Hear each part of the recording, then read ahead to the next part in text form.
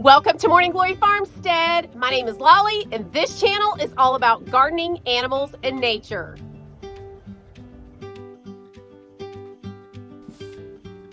Time for pigeons' breakfast.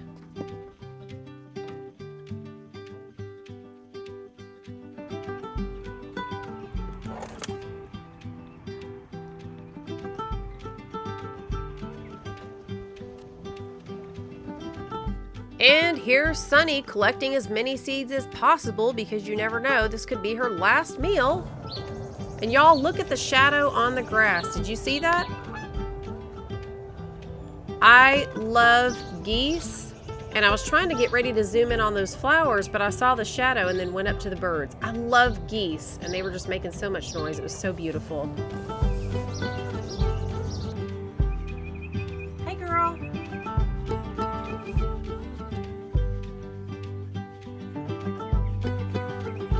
And here's a male cardinal. I actually threw some seed outside the kitchen window this morning, which is something I rarely do. And here is Thrasher as well. Now, I love the brown Thrasher, you guys. He runs like the road runner. He's super fast. And when he gets peanuts, he drills them like he is a machine.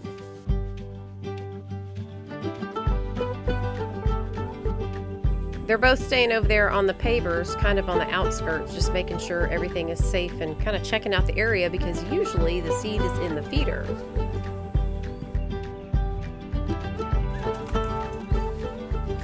Now, you guys know, if you've watched my other videos, that I am not a flower expert, but I did find it very interesting that these daylilies aren't actually closed. Each flower lives about a day, and each stalk produces several flowers. And so when you see them like this, you think they're closed all night and then they're opening up again in the morning, but they're not. They're actually dying. This was at 6:30 this morning, and all I could think was how vibrant and beautiful they were even when they were dying. You know, I saw online that people actually complain about these because they take over everything and that they're really hard to control, kind of a pesky plant. I haven't had that problem, and I've been here for years, but I guess that could be the case. Have y'all had that happen before? I just love the color, and I'm so grateful every time they come up and they bloom. I'd love to have more. I wish they would get a little crazy. Now, this is some red bee balm or scarlet bee balm that I bought last year at the farmer's market after it had already bloomed. Brought it home and planted it with 4 or 5 other plants, and the chickens mutilated most of them after I planted them, but this one seemed to survive. So we've got one down on the ground and we've got several that are shooting up. So super excited about these blooms. And look here, I haven't even taken the tag off that sprayer yet. But anyway, that's beside the point. What is important is that I spray all of the water features pretty hard, even if I haven't cleaned it out with the brush. I do spray them pretty hard to make sure that mosquitoes aren't laying eggs in there.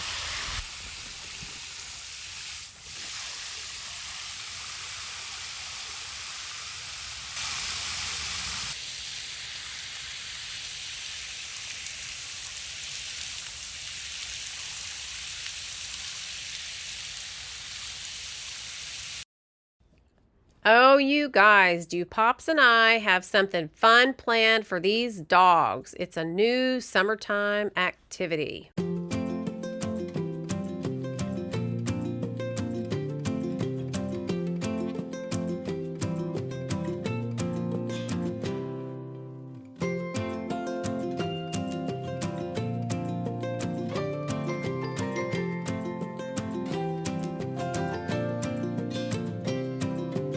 Y'all, Pops is over here trying to clean out this little garden area with the bird bath and stuff. We got a lot of work to do. Look, we got a lot of work to do as he's doing it all.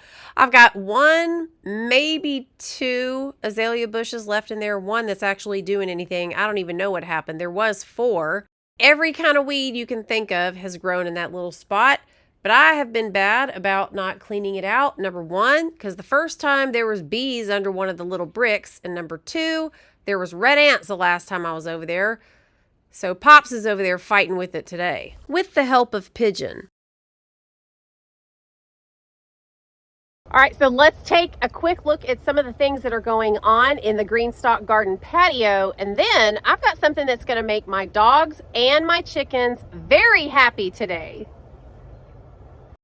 The first thing that I want to update y'all on is the wren's nest, because I peeked in there and those babies have hatched, and I've got to do this super fast because the parents are hanging out and they're wondering what the heck I'm doing. It was really hard for me to hold this up and get my camera to focus. I had to keep trying because I'm holding the camera with one hand and holding up this tier with the other, and I have to be very careful so I don't hurt the babies. I think that's as good as I can get it, but you can see the yellow beak. So cute. All right, moving on. And Miss Virginia, that means it's time for mealworms. I just wanted to show you that over the last couple days, I've got some beans growing and I'm so excited, y'all. I cannot wait to eat them. So I've got these two purple ones, and then let me show you around here on the other side. I've got several here. I don't know, 10, 15. Look at that. That's awesome. So just sharing, we've got some real food going on, along with all the greens as well, too. Those are ready to eat. It's always exciting when you get to see a fruit or vegetable actually hanging on the plant.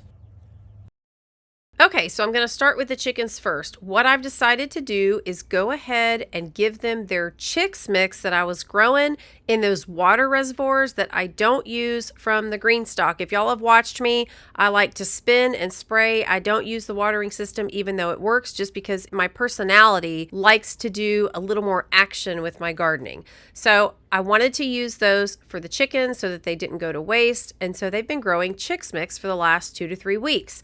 However, part of them were eaten by doves and by my chickens. But what has grown, I'm going to let them eat, and then I'll just plant some more. So we're going to put it up against the fence where we know they have been weed eating, because there's no live grass left all the way up and down that fence. So I know they can stick their necks through, and this is going to make them really happy. And then I also have 2 planter boxes that have not been used. I'm going to throw some of the volunteer lettuce that I've been giving them in that, so that they know that those planter boxes are for eating as well. I'll just start sticking snacks in those. I'm calling this the chicken snack line.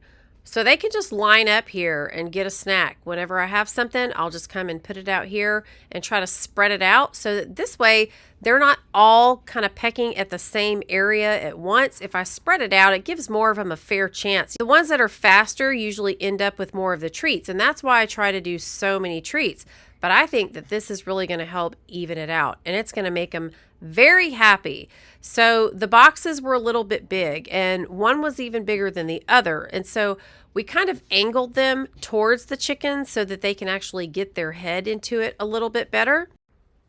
And this is great because it keeps it cleaner. They can't step up on there to get down in there and use the bathroom inside it. They can't scratch all the dirt out. So this is going to work out great, and they're super happy. All right, let's move on to the dog find. You can see here we have got a foldable dog pool. And you guys, I've had one of these before, but what happened was it was kind of big, and as soon as I took it out, I was showing my daughter and the grandkids. Well, guess who ended up using it? It was that big that the grandkids started using it. So that never even made it to the dogs. So they really just play in the hose and stuff when we're outside and it's hot. But I wanted to give them something to kind of jump around in and to really cool off in, just for those who would actually like it. So we'll see how this goes and who likes it. And it's probably going to get dirty pretty fast, but it's easy to drain, so that's a plus. They're probably going to think that it's a really big water bowl, and we'll have to encourage them to get in a little bit. So Pop's just turned on the water, and I have no doubt that George is going to be trying to drink out of the hose while it's trying to fill up. Some things never change, but will he get in?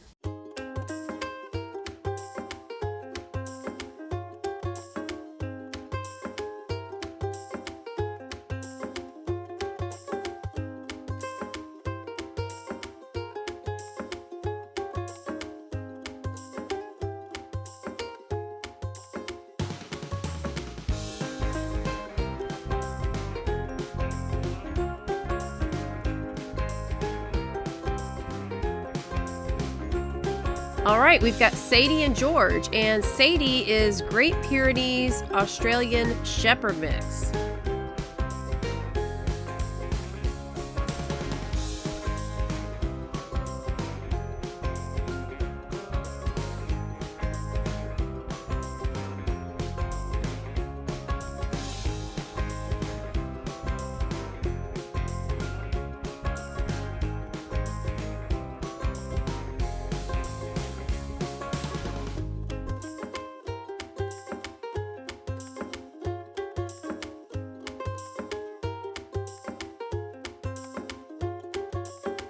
And it looks like Sadie's brother Barge really wants to get in. I'm gonna be honest, you guys, I didn't think Sadie and Barge would be the ones. I thought it'd be some of the smaller dogs and George. And George is still about the water coming out of the hose, not the pool.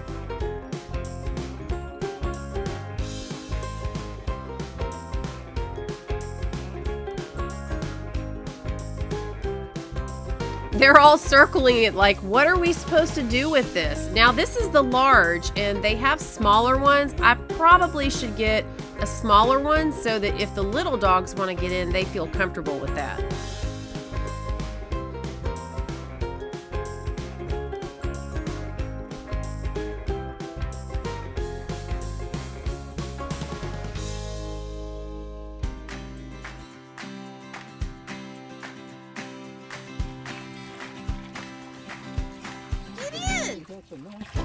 Hey, farmer. Hey, farmer.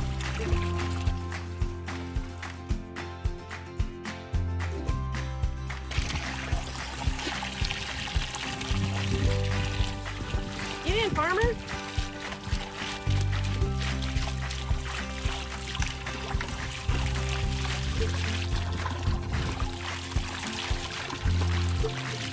Get in, farmer.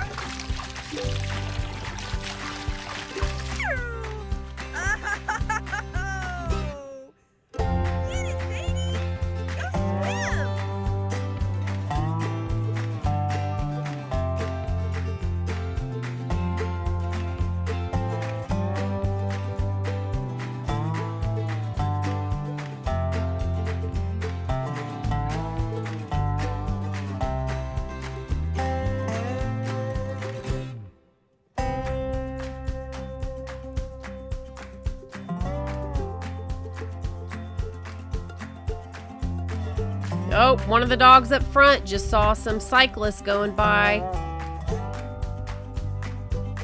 People love to come ride their bikes for exercise down the long, windy road.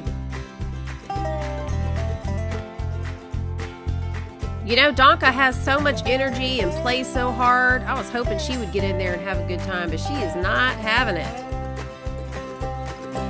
Donka's a Carolina dog, but here comes Barge. Let's see what he does.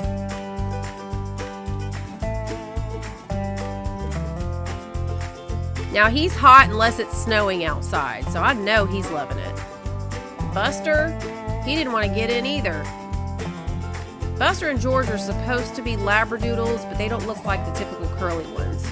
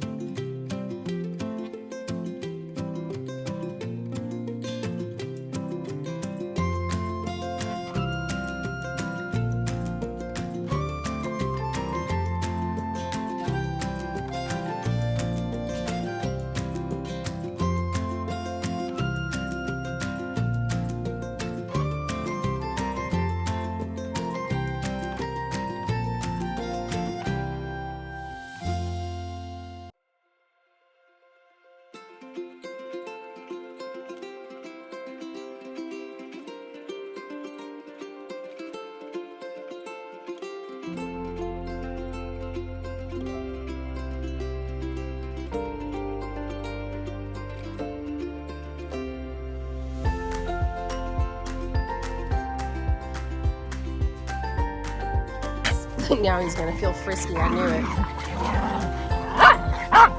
I knew it. Fitzy got wet feet. Fitzy got wet feet. Get it. Get it, Fitzy.